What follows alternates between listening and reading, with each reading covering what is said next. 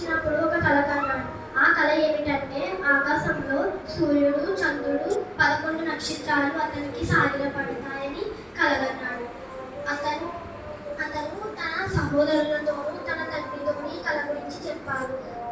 తండ్రి అతన్ని, నీవు కనిన కల ఏమిటి? నేను నీ తల్లి, నీ సహోదరులు నిశ్చయముగా నీకు సాష్టాంగపడాలా అని గద్దిస్తాడు.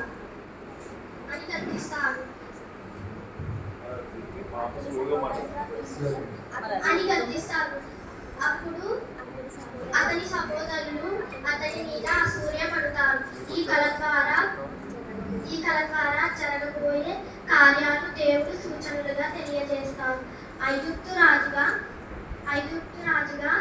అధికారం పొందినప్పుడు అతని తల్లిని, అతని సహోదరులు, అతని తండ్రిని యోసేపు ఏలుతారని ఈ కల